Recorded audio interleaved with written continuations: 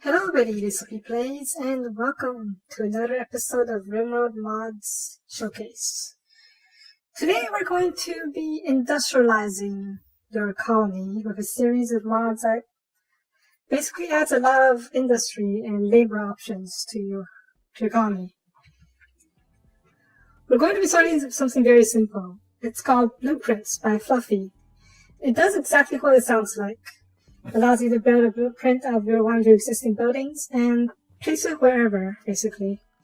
To do that, you go to your Architecture tab, and then click the Blueprints button, press the Create Blueprint, and drag it out over whatever building you want to copy. And once that, you get the option of naming the blueprint. Just call it Barracks 1, sure, why not. And then you can place it basically wherever. For now, I'm just going to place it, I don't know. Sure, over here, why not? Oop. And voila! The next mod I would like to showcase is called Quarry by cuproPanda. It's a very simple mod that allows your colonists to build quarries in rough stone areas such as here, like the mountains. Once they build over there, the quarries will automatically take up resources, everything from chunks to mineable resources like plasteel, steel, gold, jade, anything really. And then haul it to, well, just leave it there, or they can haul it to these wooden quarry platforms, which act like a drop-off point for various resources. You can use them to quarry resources, or you can tell them to chisel blocks, so you can just mine blocks directly instead of having to make your own. So yeah, very, very useful mod, especially if you're low on resources. Have you had so many prisoners that you don't know what to do with? Well, that's why you need a mod, Prison Labor by Avius. It's pretty straight. It does exactly what it sounds like. It gets your prisoners to work for you. There's some very basic tasks, such as cooking, mining, growing, hauling, cleaning. And some basic crafting stuff. To get started, you naturally need some prisoners, and then you need to assign them as workers under the prisoner tab, where you can see the forced to work and the work and recruit options are now available. Once they are set to working, you'll need to put up an area where they can work. For me, I have them working in the quarries. They'll do mining for me. And yeah, and so you guys are doing some cleaning. Very, very useful.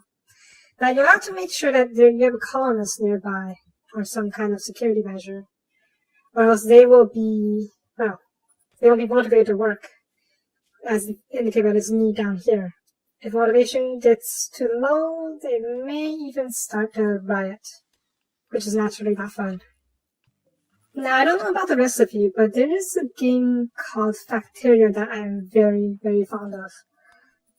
And so it was my great pleasure to introduce you to a mod called Industrial Rollers by Historic. What does it do? Well, it turns RimWorld into Factorial. And how does it do that? Very simple. By means of these rollers that transfers your goods from one destination A to destination B. It does this by using a series of pullers and pushers. For example, here we have the growing zone puller. You attach it to a growing zone, and whenever your colonists harvest the product from there, it will yank it from the growing zone and put on the roller over here.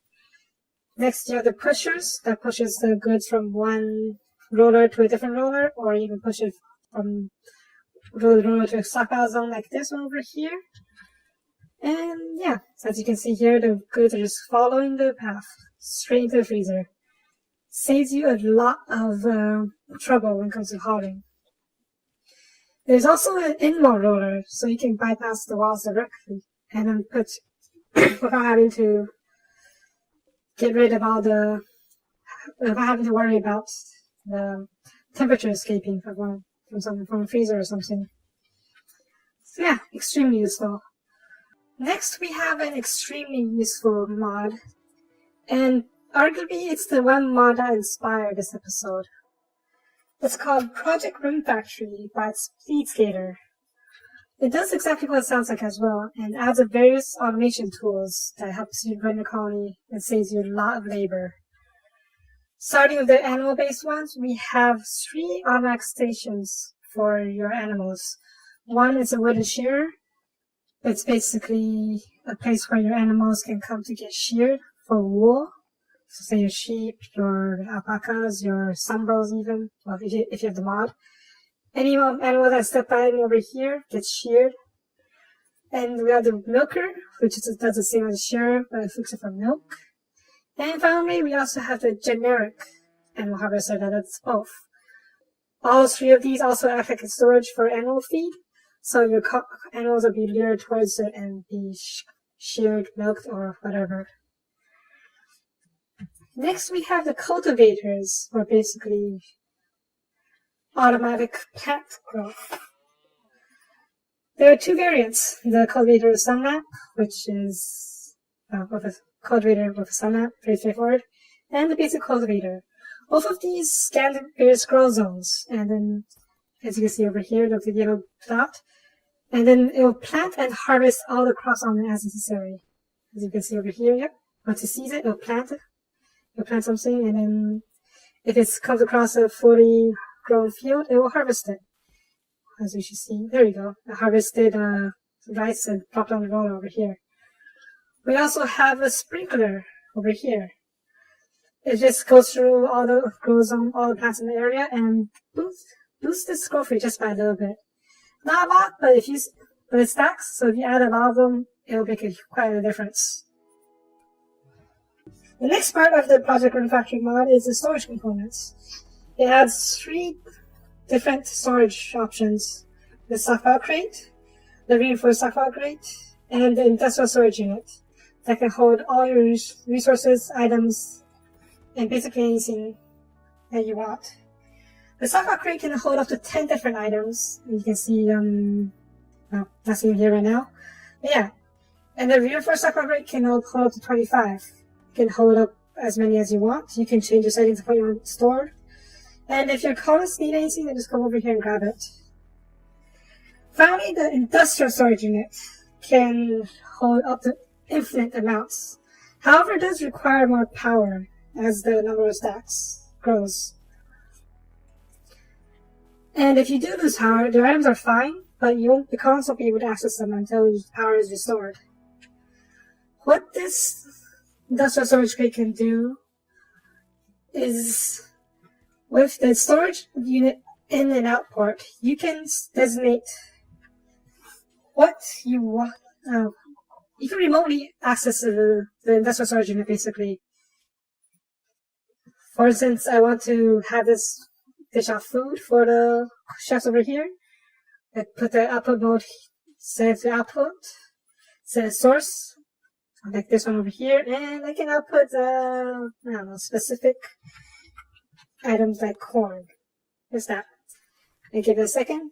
Voila. It'll output as much corn as it can. Very, very useful. The next part of ProjectRimFactory is the mining component, where there is an object called a deep quarry that you can build. It's pretty straightforward. It acts the same way as a deep mine, but works on its own. And yeah, every 6 hours or so, it'll output a random mineable resource, whether it be steel, plastic, gold, silver, or even chunks. You don't know what's going to come out though, so it's kind of hard to predict. Still, if you're not in a hurry of having resources, you can build a few of these around the colony and they'll just pump up resources basically endlessly. Now, the most impressive part about the ProjectRimFactory mod is the automatic assemblers. To get started, you'll need to build the data disk at the machining table. What is a data disk, you ask? It's basically one of those ancient magnetic data tapes that they used back in the 80s, I think. I don't even know when it was. But yeah, they can... Sorry, you saw it briefly over there. Let me see if I can find it here. There we go, recipe data disk. Once you have those, you use that to build a recipe database. You place it next to a workbench, like say this component assembly branch over here, and then you import a recipe from the workbench it's attached to. In my case, I put it to store the recipe of make components. Once you have that, you can place it next to one of two assemblers, universal assembler or machine learning assemblers. What they do are the same thing. With the recipe database attached, they can basically add the builds from those database. Doesn't matter what you are build crafting, as long as the recipe is inside the database, you can craft it from there. Could be food, could be clothes, could be as components, could be weapons, anything you like. Now once you have that, you just need to have provide the resources and it will start crafting. Give it a second. I've used the IO port from I explained earlier to provide these to steel. After these replace, allow for random products. Yeah, they're working on the components over here. Give it some time and then it will pop out the component or whatever you try to make at the designated area. Now the machine learning assembler, it's basically the same as the universal assembler, but the more work it does on that specific task, the better it will be at it, and it will work faster. You can see over here that the process is making. So it's very, very useful in the long run if you can afford it. So that is it for this episode. All the mods I've described are linked in the description below. Take a look if you like. Thank you for watching. If you liked the video, please leave a like or comment, or I could appreciate it. Or better yet, a sub really make my day. Once again, thank you for watching, and I will see you next time. Bye bye.